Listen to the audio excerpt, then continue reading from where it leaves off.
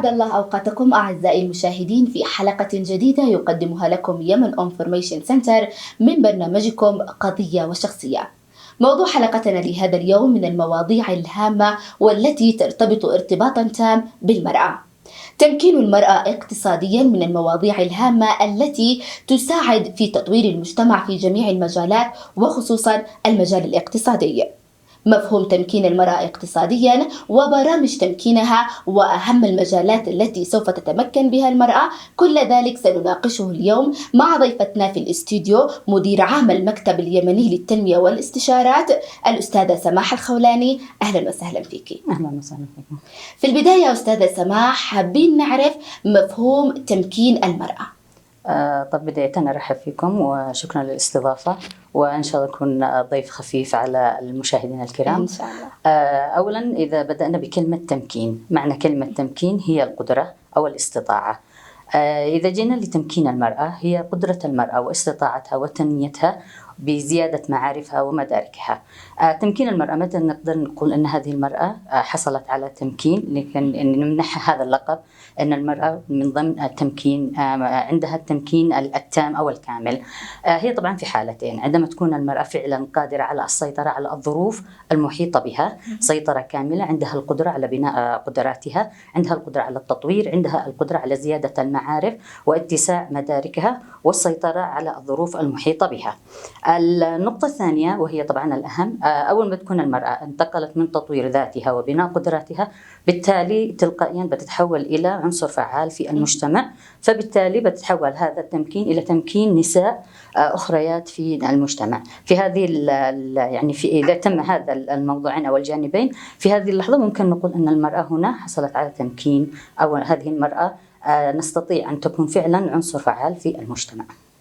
زي ما تكلمتي إنه التمكين بيحصل لما بتكون المرأة عنصر فعال في المجتمع.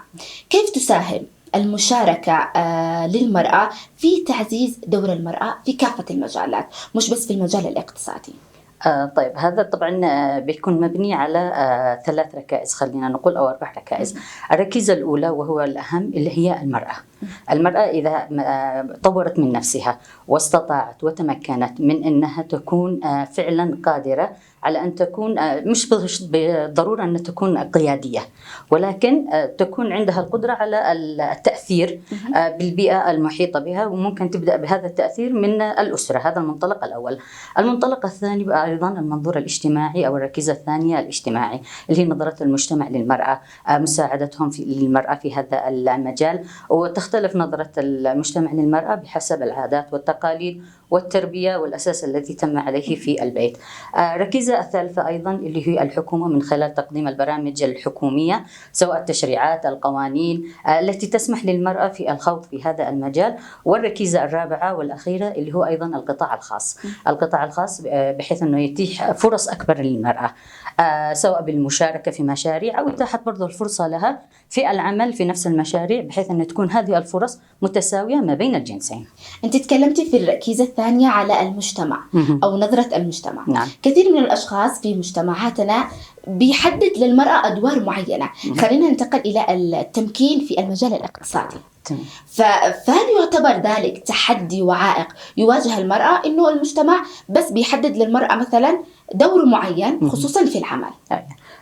طبعا هي هذه النظرة كانت قاصرة، خلينا نقول في ما قبل هذه مثلا 3 سنوات الأخيرة، كانت فعلا قاصرة بالذات على المرأة، إما مدرسة أو ممرضة. ففي هذا المجالين فقط. بس الآن مع هذه الظروف اللي حصلت، رغم أنها تحدي، هي تحدي للكل، مش فقط بس للمرأة، تحدي للمجتمع ككامل، بالذات المجتمع اليمني، خصوصا في ظل الظروف اللي حاصل علينا الآن يعني. ولكن في هذه الظروف في بعض النساء فعلا حولت هذه التحدي، كان معيق لها وكان يسبب لها عرقلة، ولكن استطاعت بعض النساء تحويل هذه المحنة إلى منحة. وفعلا انطلقت، حتى جميل. انطلقت من مجتمع ضيق ومحصور. بعض النساء انطلقت من البيت، بعض النساء لحد الآن شغالة في البيت، بعض النساء حتى ولو كانت مش محتاجة إنها مثلا كدعم اقتصادي، ولكن تقول لك أنا عندي القدرة مثلا على التدريب، أنا عندي القدرة إن أنا مثلا أعمل شيء، أنا عندي القدرة على الأشغال اليدوية. فالنساء بدأت تستوعب هذا بشكل أكبر، فتقول بدل ما أجلس مثلا وأضيع وقتي، فأنا أضيع وقتي بشيء مهم، أضيع وقتي في شيء ممكن ينفع الغير. فهنا تحولت المرأة فعلا إلى أنها تكون متمكنة اقتصاديا وتساعد برضه في الاقتصاد، بناء الاقتصاد الوطني. طيب أستاذة سماح، ما هي أوجه التمكين للمرأة؟ أوجه التمكين للمرأة طبعا كثيرة، في البعض يحط لها برامج، في البعض ممكن يقدم لها تسهيلات كإجراءات إلى آخره. وفي النهاية يعني أنا ما أحبش أن أنا أحصر المرأة في اتجاه أو وجه أو مجال معين.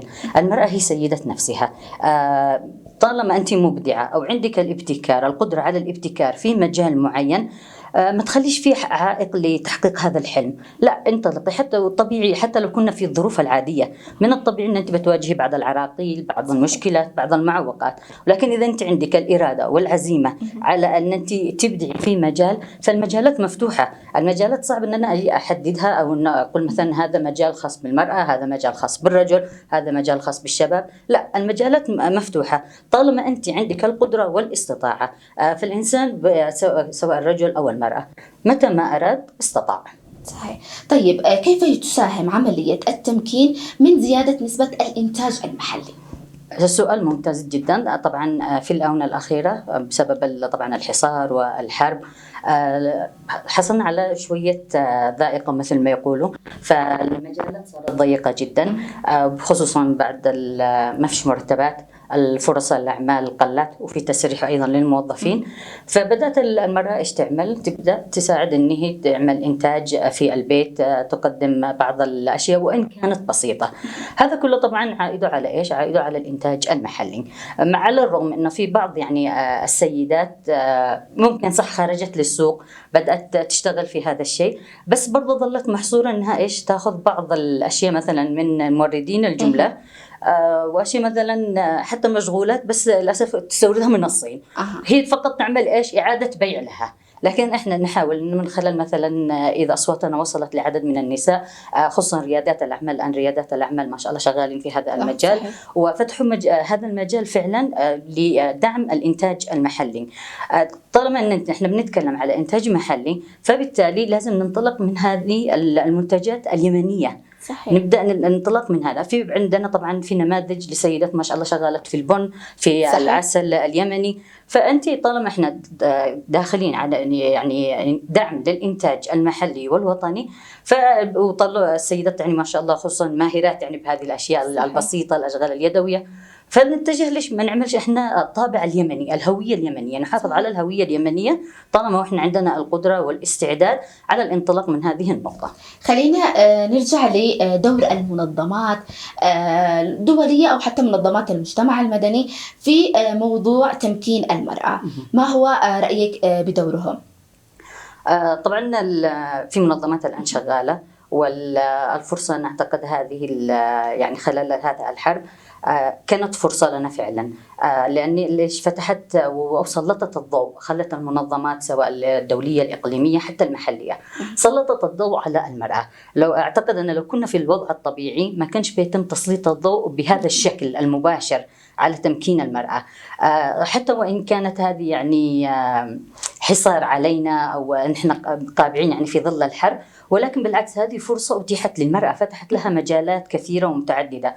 وأكثر المنظمات طبعا الدولية والمحلية الآن شغالة في هذا المجال، والمجالات طبعا مفتوحة ومتعددة مثل ما قلت لك، بس هو يعتمد على المرأة. ومن الطبيعي أي شيء في البداية صعب، لكن مع الاستمرار، مع العزيمة، الإرادة، إذا أنت طبعا حاطة لك هدف فمن الطبيعي أن أنت بتوصلي له إن شاء الله. خلينا نتكلم عن تمكين المرأة الريفية. دائما مفهوم التمكين الاقتصادي بيرتبط بالمرأة الريفية بشكل كبير جدا، بحكم أنه معروف المرأة الريفية بالذات في الريف بتكون مسؤولة عن المزارع، عن تربية المواشي، وزي ما تكلمنا هذا الشيء بيساهم أكثر في الإنتاج المحلي. في إنه بينتجوا أشياء ممكن الإنتاج الحيواني وكذلك الإنتاج الزراعي، يعني بيكون في تمكين للمرأة وبنفس الوقت بيكون كذلك في استفادة، أو إنه ممكن يكون هذا الشيء مصدر دخل لها. أكيد طبعا. وفي البداية طبعا كانت البرامج وتمكين المرأة كانت متخصصة أو مسلطة الضوء أكثر على المرأة الريفية. فعلا المرأة الريفية تعتبر ثروة، مش مجرد انه يعني زياده اقتصاد او ان زياده مال الى اخره، ولكن في بعض الاسر نفسها ما زالت النظره قاصره خصوصا في الارياف. ممكن هذه المراه اذا فتحت لها المجال ولقت الدعم الكافي من خصوصا المنظمات، ممكن تحول هذه يعني تربيتها للمواشي او الزراعه الى ثروه حيوانيه. صحيح. الى ثروه زراعيه. نحتاج تسليط الضوء أكثر ودعمهم وتشجيعهم أكثر في هذا المجال. طبعا كان في قبل فترة أعتقد المركز النوعي الاجتماعي وسلط الضوء على هذا المرأة الريفية، وكان بدأ في دعم بعض المشاريع والمزارع وإلى آخره. بس هو كويس. وبرضه بنفس الشيء النظرة نفسها، احنا حابين انه مثلا الرجل في المناطق الريفية يغير هذه النظرة. ما انت عارف اصلا ان المرأة هي اللي بتقوم بهذه الأشغال. صحيح. فبالعكس أدعمها، بدل ما تدر عليك يعني العائد يكون قليل، فخلي المشروع يتوسع ويكبر ويستفيد الوطن بكله. أستاذة سماح، في الختام حابة أنك توجهي رسالة للمرأة بشكل خاص وللمجتمع بشكل عام على أهمية التمكين للمرأة. كذلك النساء اللي ممكن بيتابعونا الآن وما حاولوش أنهم يطوروا من أنفسهم أو يأهلوا من أنفسهم أو أنهم يكونوا عنصر فعال في المجتمع، حابة أنهم يسمعوا رسالتك، وممكن تكون رسالتك رسالة مؤثرة لكثير. طبعا أنا رسالتي دائما للمرأة، لا تجلسيش في الكومفورت زون. في الكومفورت زون يعني لا تحطيش نفسك دائما في منطقة آمنة، لا، حاولي ان انت تنطلقي، حاولي تشوفي فين الحاجات اللي انت ممكن تبدعي فيها. مش كل شيء طبعا. في البعض يقول لك لا انا الدراسات العليا الى اخره او المناصب سواء كانت في الحكوميه او في القطاع الخاص، لا، انت ممكن تبدعي باشياء بسيطه جدا. يعني اهم شيء انت المراه اكتشفي نفسك، اكتشفي ذاتك، اعرفي فين انت ممكن تبدعي. مش بالشرط ان انت تخرجي او تكوني معروفه او مشهوره عشان ان انت تقولي ان انت انا والله انسانه مؤثره. لا، اول تاثير للمراه هي من خلال بيتها، تاثيرها من خلال اسرتها، ابنائها. هذا هو التاثير الفعال فعلا للمراه، بتحويل هذه العناصر ايضا الى عناصر فعاله وزرع هذه الفكره بينهم. للمجتمع طبعا طالما انت خصوصا الرجل. وانا حقيقه يعني في البعض يجلس يقول لك دائما الرجل هو عدو المراه، دائما ما يخليها ما يدعمهاش الى اخره الى اخره. انا بالعكس اشوف يعني فعلا اكثر النساء نجاحا وداعمها ايضا رجل، سواء كان الاب، الزوج، الابن، الاخ، الزميل العمل، زميل الدراسه، بتلاقي من يدعمك فعلا. فاذا احنا جايين هنا في مساواه او اتزان في المجتمع. انا اقدر اعمل شيء انت ما تقدرش تعمله، والعكس صحيح يعني. فهذه نظره القصور الى المراه هي في النهايه مكلف، كانت صح مكلف، لكن الان صارت مكلف بمعنى زياده تكلفه عليه. ولكن الان المراه صارت متمكنه، الان خصوصا في هذا الظل الوضع الان تحولت المراه اكثر هي اللي صارت بتصرف على البيت. صحيح. خصوصا بعد تسريح بعض الاعمال وانقطاع المرتبات، فبدأت المرأة هي اللي بتشتغل، فصارت المرأة الآن هنا هي اللي متمكنة وهي اللي يعني بتقدم أشياء للمجتمع. في الأخير طبعا يا ريت وأتمنى أن من كل مرأة ما تجلس تحصر نفسها وتقول لا أنا ما قدرش، لا، أنت تقدري وتقدري وتقدمي الكثير، فمتى ما أردتي استطعتي. أشكرك أستاذة سماح الخولاني على وجودك معنا، ونشكركم أعزائي المشاهدين على حسن المشاهدة، ولاقونا في حلقات قادمة. إلى اللقاء.